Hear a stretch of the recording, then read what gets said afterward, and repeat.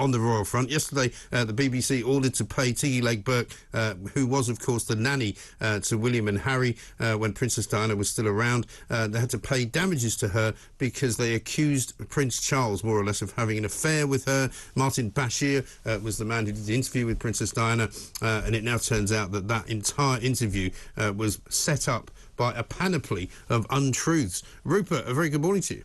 Good morning, Mike.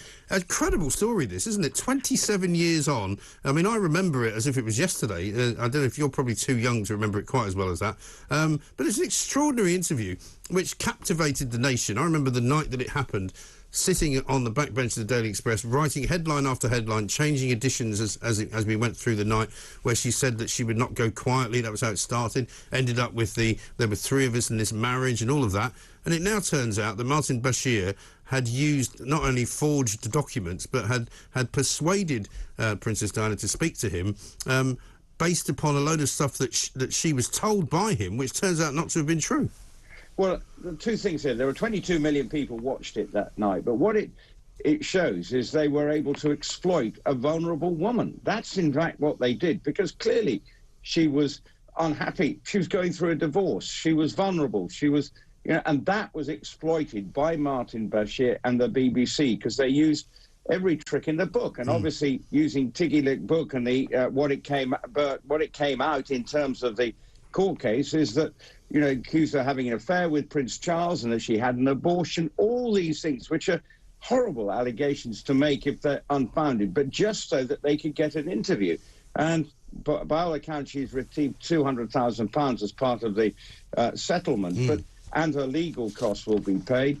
But it just shows the lengths they went. But I think it's a wider issue here, because it was the way the media world was working at that time. They didn't care how they got an interview. You can just look at the BBC, which should have been above all that and not stooping to the level that a lot of other media organisations were in those early 90s and late 90s to get their interviews. And so that was the problem. But it is appalling that the BBC, supposed to be the sort of guideline, you believe what the BBC says, working true and fair representation of the news at all times, was allowed themselves for this to happen. And it's sort of coming out, in all its detail, sort of 27 years after the interview was broadcast. Yes. So it's not a good look for the BBC and the way they conducted their operations back then. No, and also Tim Davie, the man who's now in charge, the Director General of the BBC, has said, he has given an undertaking that this interview will never again be shown, which is very nice of him. However, he does say it might occasionally be used to illustrate stories from that time. There may be clips that still go out. Lord Spencer is among many people, he's Diana's brother, who are wondering why nobody has actually been charged over this, because it is a massive con, isn't it? The BBC must have made a bucket load of money out of it.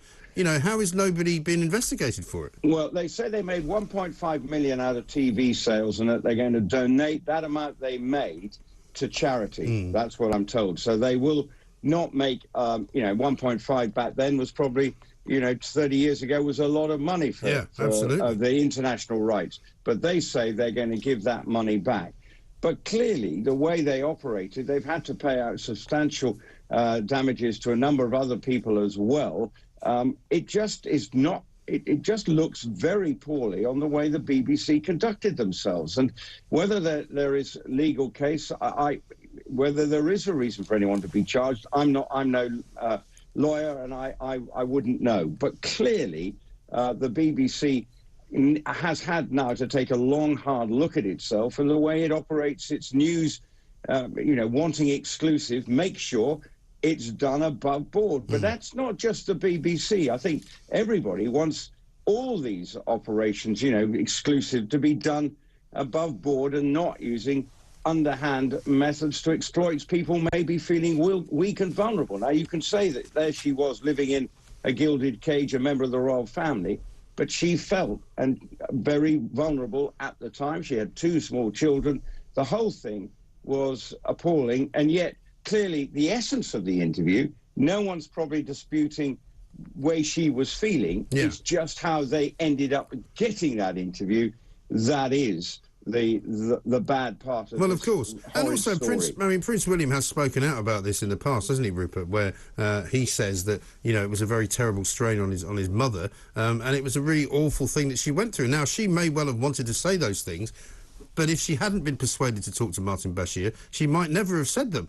And maybe that would have been better for everybody. I'm not sure. But certainly one of the things that I would say about the newspapers at the time, because I was involved in it, was that a lot of the newspapers spoke to Diana on a QT basis, and she would brief newspapers and certain individual correspondents, and everybody played the game that way. Nobody ever used false information to try and get her to talk to them, because she didn't give interviews as such. You know, that was an astonishing thing, that she'd agreed to do it, because Charles had also done an interview, if you remember, where he had said some things about her.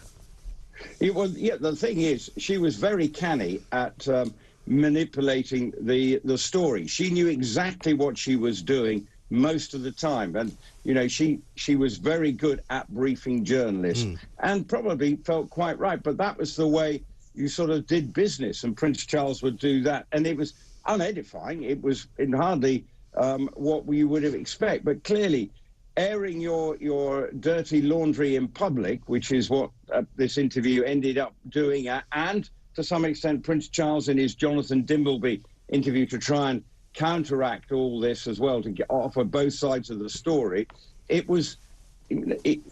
But ultimately, yes, she aired her dirty laundry. And should she have done it? Did it then put more anguish for William and Harry because their mother's woes were in the public view and well out there? I don't know. Clearly the family still feel aggrieved, because clearly it added, and as Tiggy Legge-Bourke said, it caused a great deal of distress, not only to her, but other members of the royal family. And of course that would include her children, Prince Charles, and everybody around it. The way the BBC ultimately conducted themselves to get this interview, and Martin Bashir and the Panorama, remember it was Panorama, which was at that stage seen as a very reliable source of news, a news programme. It adds to the shame for the BBC, and they obviously, even though it's 27 years on, need to make sure that this sort of thing never happens again. Yes. Just about a minute left, Rupert. Big pictures this morning all over the papers of Prince George, aged 9, but also still the Meghan Markle revelations from Tom Bower's book. Yes, well, the Tom Bower book is basically endless, suggesting that Meghan, making Kate cry, and a huge number of other issues. That book basically doesn't paint Meghan in a great light, but Kate is proving once again that she's quite a good photographer, as she snapped her son George on the beach at this year's summer holiday. Very nice. Well, luckily for them, they can get away to do it. Rupert, thank you very much indeed. Rupert Bell, Talk Radio's royal correspondent there.